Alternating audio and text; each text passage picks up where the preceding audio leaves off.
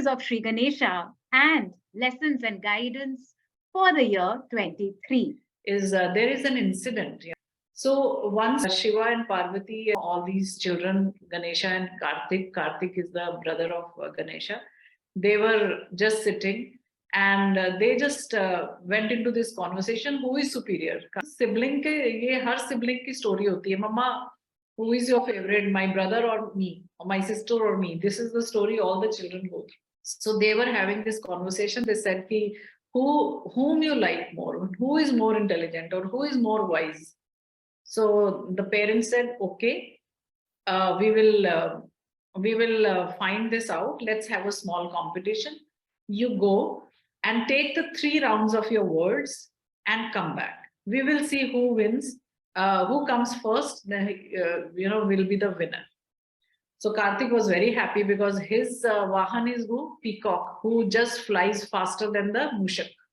Mushak is the Vahan of Ganesha.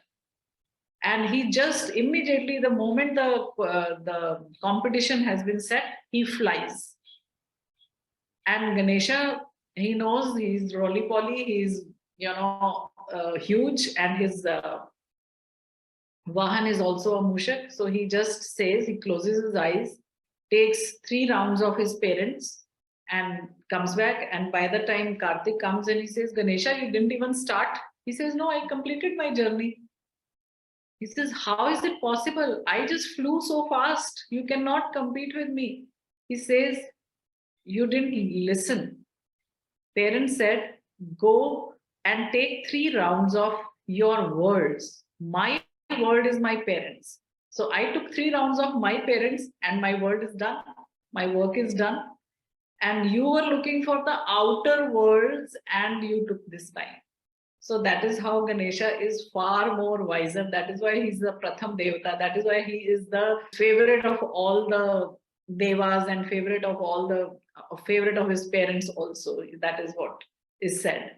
So here it is so important to know what is your word, what you mean by that. First is listen properly and then find your own word. So Neha will explain this story, I think, more further in this numerological and astrological way. Yeah. Thank you so much, Doctor. Such a beautiful story, I must say, so intelligent that instead of roaming around the entire world, more number of times, my entire world is my parents. What does that teach us? See, Ketu is it's a shadow planet, which means that again, it's a point which is made by the interaction of Earth, Moon, and the Sun. And what are the parents? Parents in astrology and numerology is the Sun and the Moon. Sun is the father, Moon is the mother. So what does this say? What does this story teach us? One is to ensure that when it comes to our emotions, which is our mother, and our idea of nurturing is in place. And the other, when it comes to leadership qualities and the direction that we want in our life, which is the masculine energy, which is Sun, is also in place. And when we are in doubt, what will we do when we face competition in life? What will we do?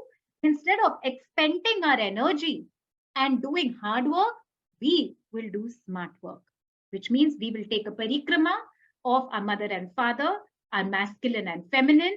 Also means we will take a relook to what is my direction, what is my goal, what is my idea of nurturing, what does it mean for me to make emotionally balanced decisions.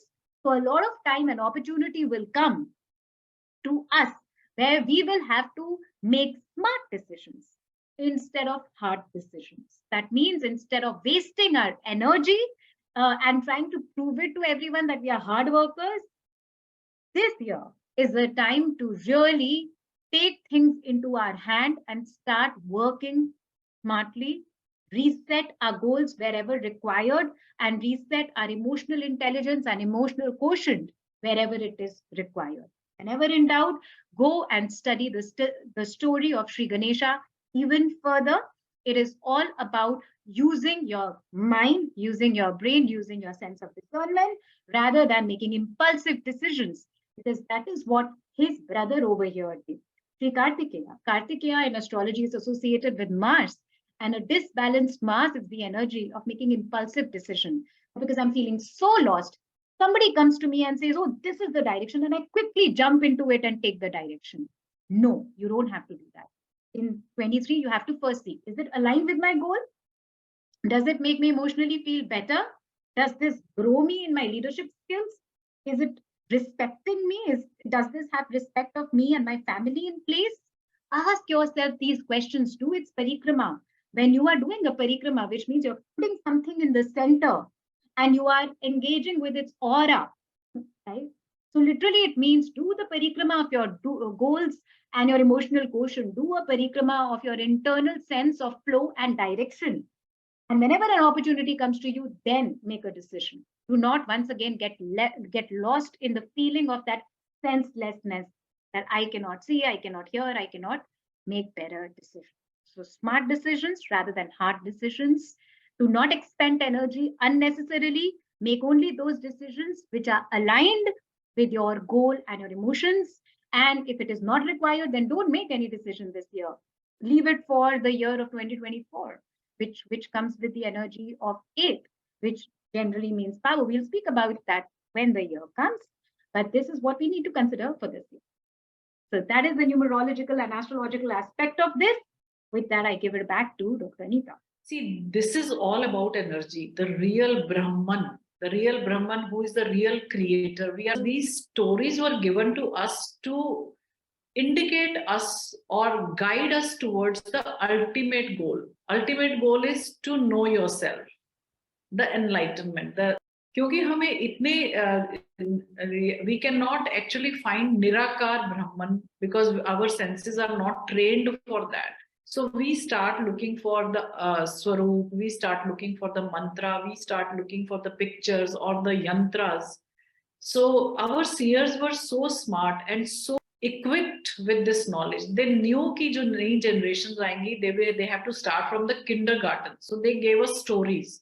When you go deeper into it and somebody is there to tell you stories, deeper meanings, the good arth of these stories, the good arth of these scriptures and Puranas, and then you realize, oh my God, they are actually such potent bombs of wisdom which are so beautifully wrapped in these stories, so that we start understanding. So the ultimate is your introduction to yourself.